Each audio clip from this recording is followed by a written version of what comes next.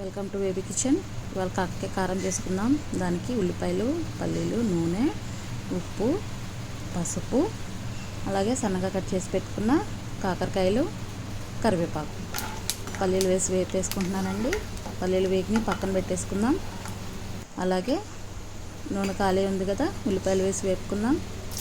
ఈ ఉల్లిపాయలు బాగా వేగనియాలండి. ఉల్లిపాయల్లో కాస్తంత పసుపు వేసేసి వేపుకుందాం.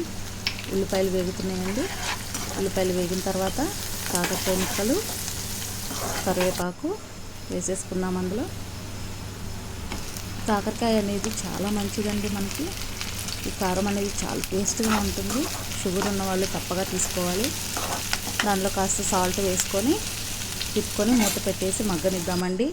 చూడండి, బాగా మగ్గిపోయినాయి, బాగా వేగినాయి కూడా. ఇలా వేగితే సరిపోతుందండి, మరీ ఎక్కువ మాడిపోతాయి.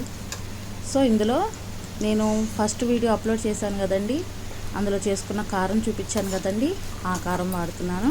పల్లీలు వేసి తిప్పేశాను. తర్వాత నేను చూపించిన కొబ్బరి కారం అండి. ఇది చాలా టేస్ట్గా ఉంటుంది. కొబ్బరి కారం కాకరకాయ కారంలో ఈ కారం వేసేసి తిప్పుకుందాము. వీడియో నచ్చిందా? లైక్ చేయండి, షేర్ చేయండి, సబ్స్క్రైబ్ చేసుకోండి. Thank you all.